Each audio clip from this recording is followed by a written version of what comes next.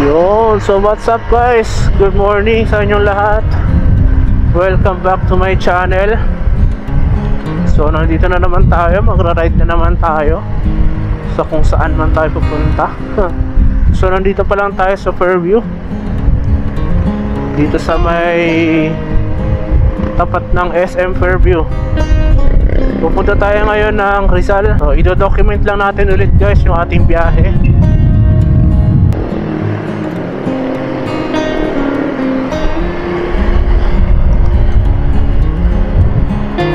So mag-U-turn lang tayo dito sa SM Fairview, paikot.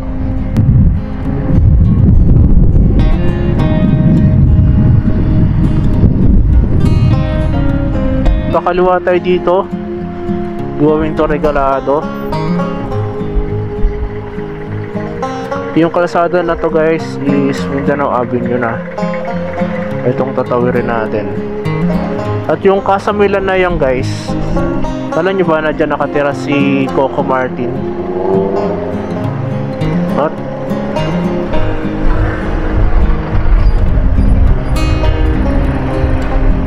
Mayari naka-red pa pero dumaan na sila, so sumunod na din ako guys. So doon nga nakatira si Coco Martin guys, no? Sayang ulit itong ano na to, poste hindi nagamit.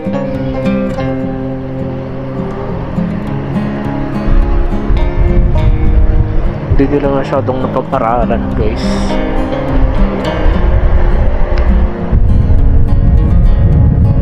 Medyo lang natin itong Regalado, tapos sa tumbok na ito ay sa Commonwealth na, dito sa may bandang North Fairview. At tutumbukin natin, kakaliwa na tayo guys, at pupuntahan na yan ng Pearl Drive.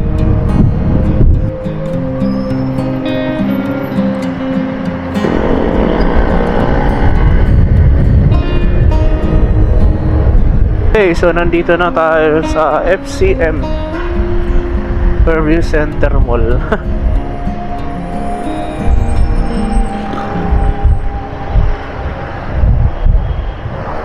Station na to ay Don Antonio Station.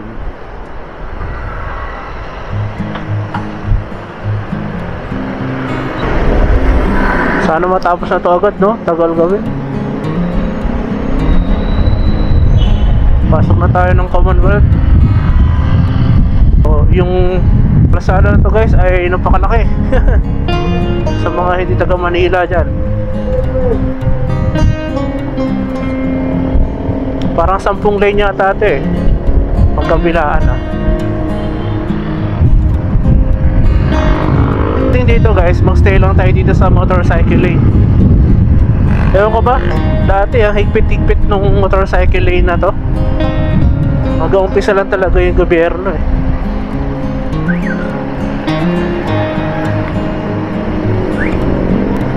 Sabi nila exclusive lang daw para sa mga motor yung motorcycle lane. Pero tingnan nyo naman ngayon, no?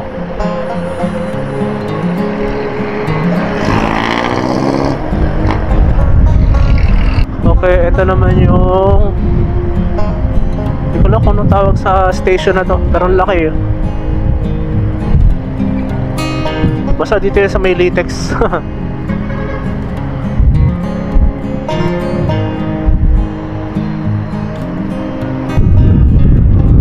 Gabang si ano, si Kuya. Mabang mo dyan Kuya. Kamote oh, kamote. So stay lang tayo dito guys. Tapos may speed limit dito eh, hanggang 60 lang eh. Kaso di naman nasusunod yan ng mga kamote, driver at motor. Kasi ito lang yung 60 oh. Pero tutuloy nung iba. Ano, umambon. Hindi na masyado maipit kasi nakababad na yung jeep sa motorcycle lane eh. Dapat hindi sila nakababad dyan. Dati mga bagong gawang, magkano kaya gastos dyan, no? Mga pinapagawang bus stop. Alam nyo ba guys, iba-iba yung disenyo nyan. Walang magkaparehong bus stop, iba-iba yung design. May makikita ulit tayo dun sa kabila. At pala dito tayo sa kabila. Yan. So yun yung sunod na bus stop, oh. Tingnan nyo naman.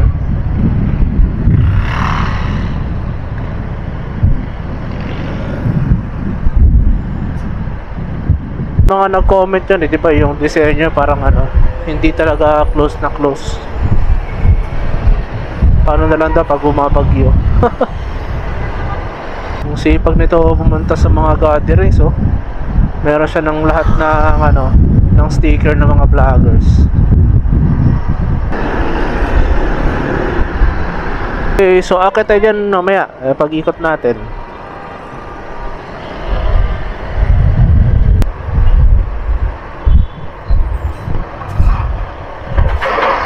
So U-turn tayo dito guys, at pupunta naman ng C5. Sana wag na lumakas yung ulan.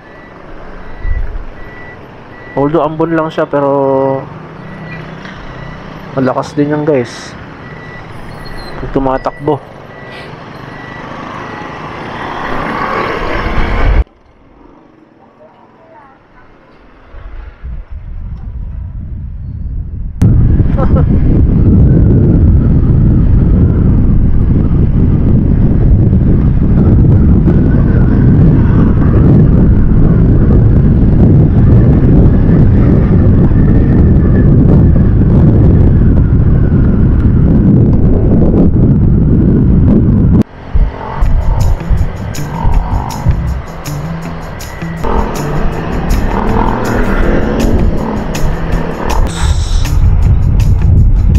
Montero. Sino yun? Kilala ko ba yun? Ito guys, nagkakaroon din ng build up ng mga sasakyan, ng traffic, gawa na may mga establishment dito eh. Tsaka may school, yung Ateneo at yung Miriam College.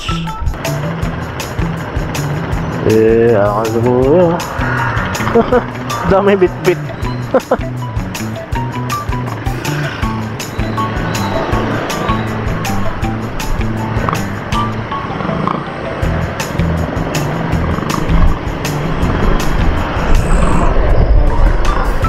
Okay, ito nga pala yung Ateneo de Manila University.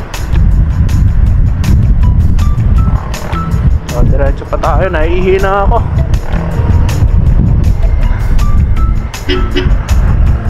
Kapag diniretso na pala yung flyover na yun, going to Taguig, Pasay, at sa South, going to South. So, kakalawa tayo dito, going to Marikina. At itong highway na to, tinatawag na Marcos Highway, din yung karugtong ng Marilake or Marikina, Rizal, Laguna, Quezon Highway.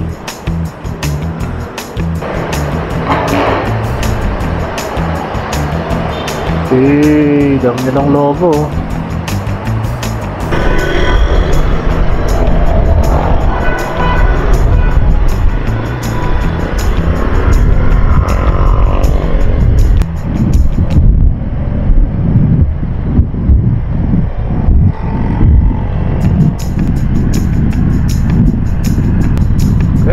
Sa Marikina na tayo. SM Marikina.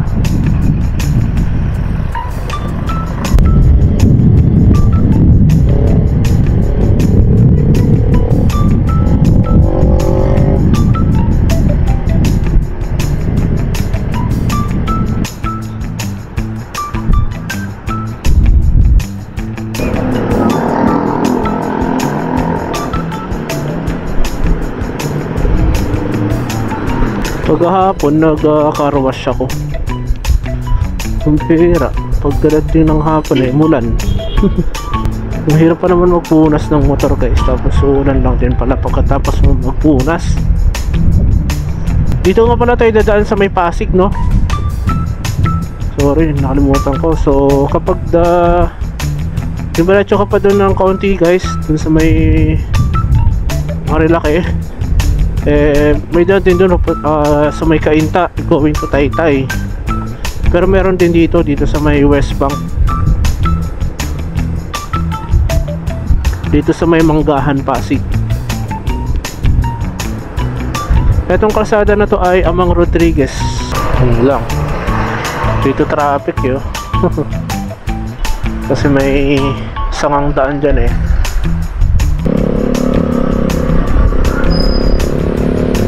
Ano kaya yun guys, oh?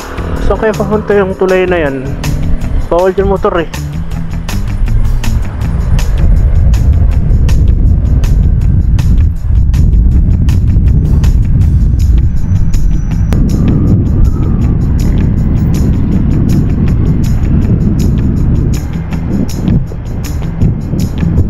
Ay, gawin ka na dyan sa may tulay. Taytay Rizal na tayo.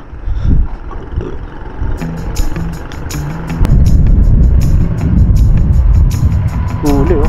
Siya na huli.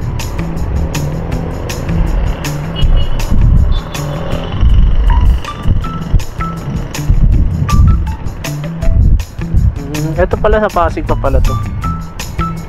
Saan ba yung ano? Taytay. Okay.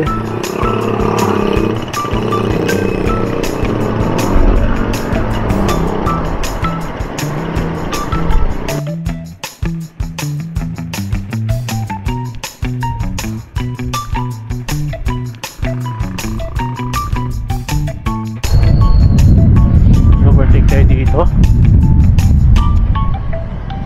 Going to the left tayo, going to the left.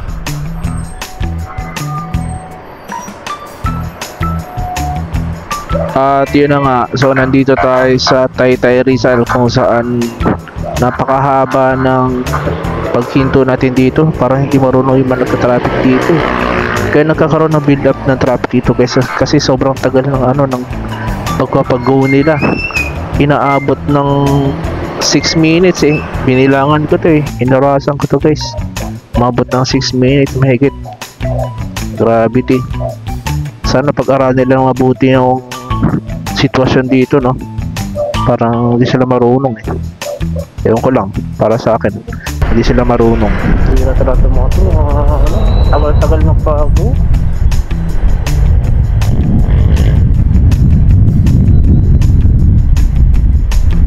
Yung humahaba yung bihil eh.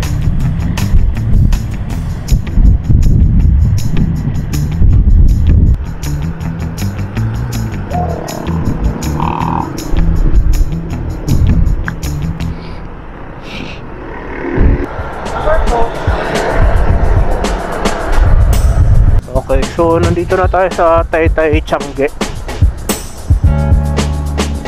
So ito guys, sa Tianggean yan. Kabuuan na itong lugar na to. So pasok dyan, puro mga bilihan ng damit.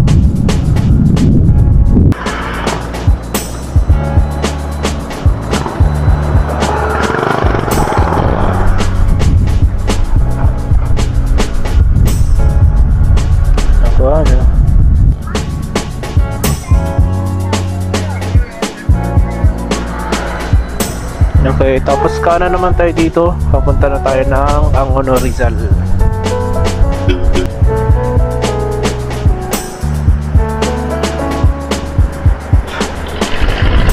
Okay guys, so etong part na to ay part na to ng Angono Rizal. So yun lang. Hanggang dito lang yung vlog ko kasi malapit na ako dyan sa destination ko. So yun lang guys, hanggang sa muling pagra-ride natin.